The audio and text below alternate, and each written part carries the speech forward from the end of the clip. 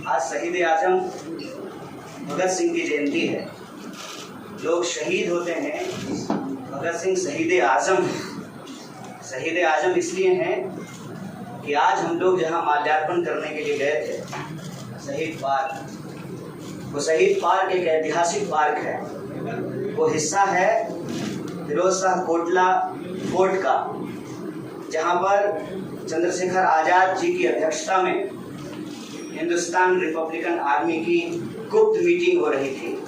अंग्रेजों के ज़माने में क्रांतिकारी छुपकर मीटिंग किया करते थे। नौजवान तरुण भगत सिंह एक प्रपोजल लेकर के आए, हिंदुस्तान रिपब्लिकन आर्मी का नाम अब हिंदुस्तान सोशलिस्ट रिपब्लिकन आर्मी होना चाहिए। ये ऐतिहासिक क्षण, वो ऐतिहासिक भूमि और हमारे युवाओं के आइकन शहीद आजम भगत सिंह को हम अपना नमन प्रस्तुत करते हैं। आज एक दुखद घटना भी हमारे जिले में हुई है। वज्रपात के चलते 2 बच्चियों का निधन हो गया है।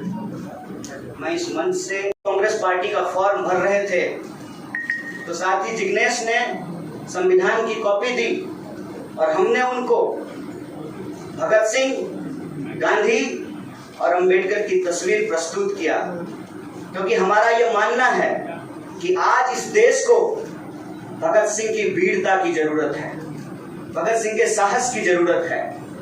आज इस देश को अंबेडकर की समानता की जरूरत है और आज इस देश को गांधी की एकता की जरूरत है।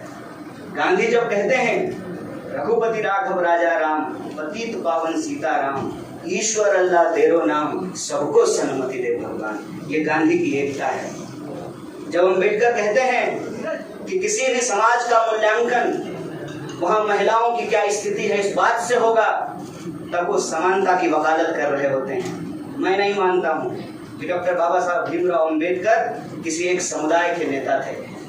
कांग्रेस पार्टी ने, संविधान सभा ने डॉक्टर बाबा साहब भीमराव अंबेडकर को संविधान बनाने की जिम्मेवारी दी और उस संविधान के प्रियम्बल में यह लिखा है, हम भारत के लोग भारत को एक प्रभुत्व संपन्न समाजवादी धर्मनिरपेक्ष लोकतांत्रिक गणराज्य बनाने की, इसमें समानता, न्याय के मूल्य निहित हैं। और जब भगत सिंह कहते हैं कि आप व्यक्ति को कुचल सकते हैं, विचारों को नहीं, आप बम और पिस्तौल से कभी इनकलाब नहीं ला सकते हैं। उस साहस की जरूरत है हमको। मुझे नहीं लगता है, मेरे बहुत सारे राजनीतिक दोस्तों को यह लगता है। मुझे लगता है कि यह देश 47 से पहले वाली स्थिति में चली गई है, लेकिन जिनको लड़ना है उनके पॉलिटिकल इमेजिनेशन में आज भी हर कोई अपना अपना शोरूम बचाने के चक्कर में है। रे भाई, मॉल में आग लग गया है, दुकान बचाओगे। बस्ती में जब आग लग जाती है ना, बेडरूम की चिंता नहीं करनी चाहिए। आज हम इस मुहाने पे खड़े हैं, इस देश के भीतर भारतीय होने की जो पहचान है, जिसमें बुद्ध निहित है, जिसमें कबीर निहित है, जिसमें नानक निहित है, जिसमें हर बार हर दौर में सत्ता से सवाल पूछने का साहस होता है, उस भारतीय चिंतन परंपरा को बचाने की जरूरत है। इसीलिए हम कांग्रेस पार्टी में शामिल हुए हैं कि कांग्रेस पार्टी वो पार्टी है जो गांधी की विरासत को लेकर के आगे चलेगा। कांग्रेस पार्टी वो पार्टी है जो सरोजनी नायडू के विचारों को लेकर के चलेगा। कांग्रेस पार्टी वो पार्टी है जो अंबेडकर, नेहरू, अशफाक उल्लाह खान शहीद कमजोर हो गया है। यह सिर्फ विपक्ष के लिए चिंता की बात नहीं है, ये मैं नहीं कह रहा हूँ। कोई शास्त्र, कोई किताब उठा करके देख लीजिए, जब विपक्ष कमजोर हो जाता है, सत्ता तानाशाही रुख अख्तियार कर लेती है। इसीलिए देश की सबसे बड़ी विपक्षी पार्टी, मैं कोई गुनागणित नहीं कर रहा हूँ, लेकिन मुझे यह बात सीधे तौर पे समझ में आ रही है कि देश के लोकसभा में 545 सीट हैं, 200 लगभग सीट ऐसे हैं जहां भाजपा के सामने कांग्रेस के अलावा कोई विकल्प नहीं है।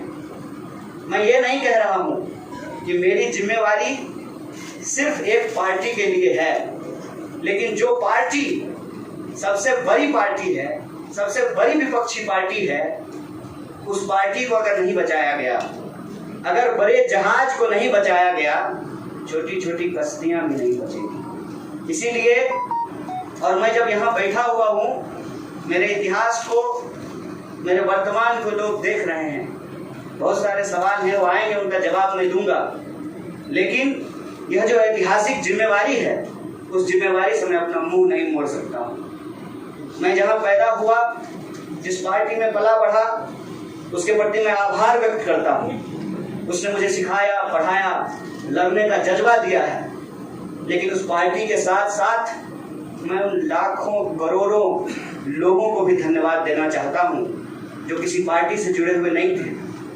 अपने स्कूल के व्हाट्सएप ग्रुप में जब हम लोगों के ऊपर अनावश्यक आरोप मढ़े जाते हैं, तो अपने दोस्तों से लड़ रहे थे। अपने घरों में डिनर टेबल पर लड़ रहे थे। लोगों की दोस्तियां टूट गई हम लोगों के आंदोलन के समर्थन में। और मैं मजाक नहीं कर रहा हूँ, लोगों के डिवोर्स तक हो गए। ये जो देश में एक वैचारिक संघर्ष छिड़ा है, उस वैचारिक संघर्ष को कांग्रेस पार्टी ही नेतृत्व दे सकती है, यह हमारा भरोसा है। और मैं ये उम्मीद करता हूँ कि हमारे देश के जो लाखों करोड़ों नौजवान आपके माध्यम से सुन रहे हैं, उनसे भी मैं आग्रह कहता हूँ, दीवार पर बैठकर टुकुर टुकुर मुंह ताकने का वक्त नहीं है। ये अर्जेंसी का टाइम है। और इस अर्जेंसी के टाइम पे दीवार पे बैठ करके दायां जाएं कि बायां जाएं, ये मत सोचिए। जब आप जंग में होते हैं तो आपके पास जो अवेलेबल चीजें होती हैं, आप उससे मुकाबला करने की कोशिश करते हैं। कांग्रेस पार्टी एक बड़ी जहाज है, ये मत सोचिए। जब आप जंग में होते हैं तो आपके पास जो अवेलेबल चीजें होती हैं, आप उससे मुकाबला करने की कोशिश करते हैं। कांग्रेस पार्टी एक बड़ी जहाज है। अगर कांग्रेस पार्टी बचेगी तो हमारा मानना है इस देश के लाखों करोड़ों नौजवानों की आकांक्षाएं बचेगी, गांधी की मीमांसा बचेगी, भगत सिंह के सपनों का भारत बचेगा और डॉक्टर बाबा साहब भीमराव अम्बेडकर की समानता का भारत का निर्माण संभव हो पाएगा। इसी आशा और उम्मीद के साथ मैं इस पार्टी से जुड़ा हूँ और मुझे पूरा भरोसा है कि कांग्रेस पार्टी जो अपने आप को एक लोकतांत्रिक पार्टी कहती है, आज़ादी के साथ, अपनी पूरी मुखरता के साथ सत्ता से सवाल पूछना और लोगों के हक के लिए लड़ना भिड़ना संघर्ष करने में हमारे साथी रहेंगे, हमारे सहयोगी रहेंगे। और ये परिवार संघ परिवार नहीं, वो क्या परिवार जो परिवार छोड़कर परिवार बनाना पड़े, वो परिवार जो आपको परिवार छोड़ने के लिए नहीं कहता है, कहता है कि अपने परिवार में रहिए। अरे महात्मा गांधी कस्तूरबा गांधी को लेकर के अंग्रेजों से लड़ गए, बताइए इनको अपना घर छोड़ना पड़ा, कोई जरूरी है क्या? घर परिवार के साथ रहना है। डॉक्टर बाबा साहब भीमराव अम्बेडकर भी अपने परिवार के साथ रहते थे। आप जितने बड़े लोग हैं उनका इतिहास उठा करके देख लीजिए, सब लोग अपने परिवार के साथ रहते थे। वो परिवार छोड़ करके बनने वाला परिवार नहीं।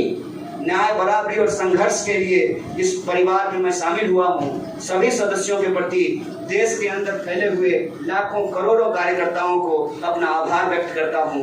बहुत बहुत शुक्रिया, बहुत बहुत धन्यवाद।